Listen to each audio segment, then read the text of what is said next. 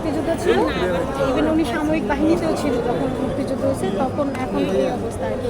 আব্বুকে কালকে একটা মামলায় আমাদেরকে বলাই হয়নি কি বিষয়, আমরা যে শুধুমাত্র যখন আমাদেরকে আব্বুকে ধরে নিছে, আব্বু যে সেইটুকু বলছে আমি পল্লবী থানায়, এরপর আমাদের সাথে কোনো প্রকার যোগাযোগ করতে দেয় নাই।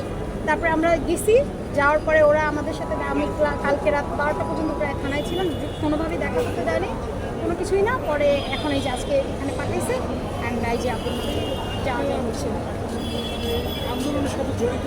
আমার আব্বু কোনোভাবে কোনো আন্দোলনের সাথে জড়িত না। তার এখন 50 বছর বয়স, সে কীভাবে আন্দোলনের সাথে জড়িত?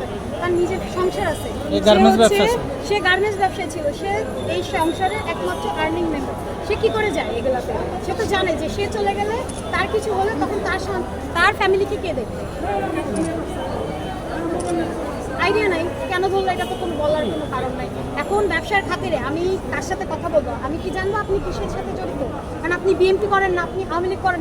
ব্যবসার খাতিরে মানুষের অনেকের সাথে কথা বলতে হয়। যেহেতু আমার বাবা এই ব্যবসায় প্রায় 20 বছর যাবে, তাকে অনেক মানুষের সাথে মিশতে হয়। তাহলে এখন সে বিএনপি করলো না, আওয়ামী লীগ করলো, সেটা আমরা দেখতে পারবো না, তাই না?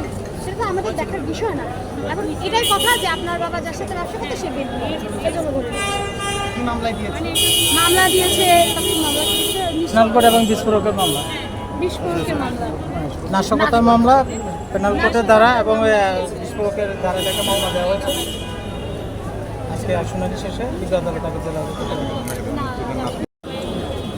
আমি একজন মুক্তিযোদ্ধার নাতি, আমার আব্বু একজন মুক্তিযোদ্ধার সন্তান, কিন্তু তারপরেও কেন তাকে এরকম একটা কিছুতে ফাঁসানো হলো, এটা আমরা এখনো বুঝতেছি না। কোথায় দিকে কখন কিভাবে মিরপুর থেকে ধরা হয়েছে, মিরপুরে আমাদের বাসা, আমাদের লাইনের মাথা থেকেই ধরা হয়েছে বেসিক্যালি। আর এরপরে আমরা আর কোনো আপডেট জানতে পারিনি, কারণ আব্বুর সাথে আমাদের কোনো যোগাযোগ হয়নি।